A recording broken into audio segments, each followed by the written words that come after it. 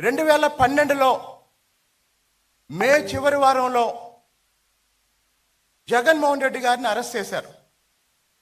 ఎలా అరెస్ట్ చేశారంటే, ఆయన ఎక్కడో ఎన్నికల ప్రచారంలో ఉంటే మాచర్లలో ఆయనకు నోటీస్ ఇచ్చారు, మీరు సిబిఐ విచారణకు రండి అని. ఆయన సిబిఐ విచారణకు వెళ్ళాడు. మొదటి రోజు ఉదయం నుంచి సాయంత్రం వరకు విచారించారు, ఇంటికి పంపించారు. రెండో రోజు ఉదయం నుంచి సాయంత్రం వరకు విచారించారు, ఇంటికి పంపించారు. మూడో రోజు సాయంత్రం వరకు విచారించి ఇంకా చాలా విచారణ చేయాలి అని 3 రోజుల విచారణ తర్వాత అరెస్ట్ చేశారు. అది ప్రజాస్వామ్యం. కానీ దాదాపు సంవత్సరన్నర క్రితం అర్ధరాత్రి నంద్యాలలో చంద్రబాబు నాయుడు గారిని అరెస్ట్ చేసిన విధానం ఏదైతే ఉందో అది నియంతృత్వం. అర్ధరాత్రి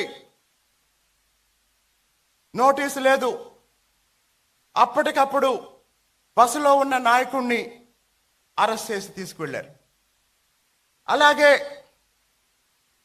అమరావతి రాజధానిగా ఉండాలని శాసన మండలి మద్దతిస్తే మరుసటి రోజు శాసన మండలి రద్దు కోసం అసెంబ్లీలో తీర్మానం పెట్టారు. అది నియంతృత్వం. ఒక డాక్టర్ మాస్క్ అడిగితే చేతులు విరిసి వెనక కట్టి నడి రోడ్డు మీద చిత్రహింసలు పెట్టారు. అది నియంతృత్వం. అంటే ఒక వ్యక్తి అహంకారం, ఒక వ్యక్తి అప్రజాస్వామిక ధోరణి, ఒక వ్యక్తి అజ్ఞానం నియంతృత్వానికి పరాకాష్ఠగా 5 సంవత్సరాలు మనం చూసాం. మరి ఇప్పుడు సంవత్సర కాలంగా కూటమి ప్రభుత్వం పరిపాలన సాగిస్తుంది. ఎంత భావ ప్రకటన స్వేచ్ఛ ప్రజలు అనుభవిస్తున్నారు, నాయకులు అనుభవిస్తున్నారు అంటే, ప్రతిపక్ష హోదా కూడా లేని మాజీ ముఖ్యమంత్రి గారు మొన్న తెనాలి సంఘటన తర్వాత గౌరవ ముఖ్యమంత్రి గారిని ఉద్దేశించి మాట్లాడుతూ ముఖ్యమంత్రి గారిని కూడా కొట్టొచ్చా అలా అని అడిగాడు.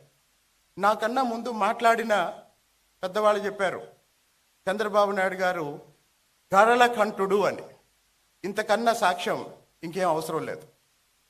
కాబట్టి ఈ ప్రపంచానికి భారతదేశాన్ని ఆధ్యాత్మిక గురువు అని చెప్పుకుంటాం. మోడీ గారు ప్రపంచానికి 11 సంవత్సరాల నుంచి భారతీయ విశిష్టత ఏంటో ప్రపంచానికి చూపిస్తున్నారు. నిజంగానే ప్రజాస్వామ్య పరిరక్షణలో ప్రపంచంలో అతిపెద్ద రాజ్యాంగం మన రాజ్యాంగం. ఇందాక నేను చెప్పినట్టు చాలా దేశాల్లో ప్రజాస్వామ్య ప్రభుత్వాలు ఏర్పడ్డాయి, కానీ తర్వాత నియంతలు వచ్చారు, రాజ్యాంగాన్ని పక్కన పెట్టారు, వాళ్ళ ఇష్టం వచ్చినట్టు పరిపాలిస్తున్నారు.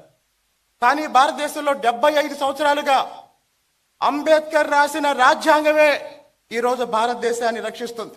లేకపోతే గత 5 సంవత్సరాలుగా జగన్మోహన్ రెడ్డి లాంటి ఒక ముఖ్యమంత్రిని, ఒక నియంతని, ఒక అహంభావిని, ఒక అజ్ఞానిని చూసిన తర్వాత ఇప్పుడు ప్రజాస్వామ్యం అంటే ఏంటి, స్వేచ్ఛ అంటే ఏంటి, పౌర హక్కులు అంటే ఏంటి ప్రజలు అనుభవిస్తున్నారు. ఆఖరిగా ఒక ఉదాహరణ చెప్పి ముగిస్తాను. అమరావతి మహిళా రైతులు కనకదుర్గ గుడికి దర్శనం కోసం బయలుదేరితే గుడికి వెళ్ళటానికి వీల్లేదు అని ఆ రోజు ఆ మహిళలకు నాయకత్వం వహిస్తున్న డాక్టర్ రాయపాటి శైలజ గారిని గత ప్రభుత్వం అరెస్ట్ చేస్తే, కేసులు పెడితే, ప్రస్తుత ప్రభుత్వం రాయపాటి శైలజ గారిని మహిళా కమిషన్కి చైర్మన్గా నియమించారు. నియంతృత్వానికి ప్రజాస్వామ్యానికి ఉన్న తేడా ఈ ఒక్క ఉదాహరణతోనే మనకు అర్థమవుతుందని ఈ సందర్భంగా తెలియజేస్తూ ఈ అవకాశాన్ని నాకు ఇచ్చిన అందరికీ ధన్యవాదాలు.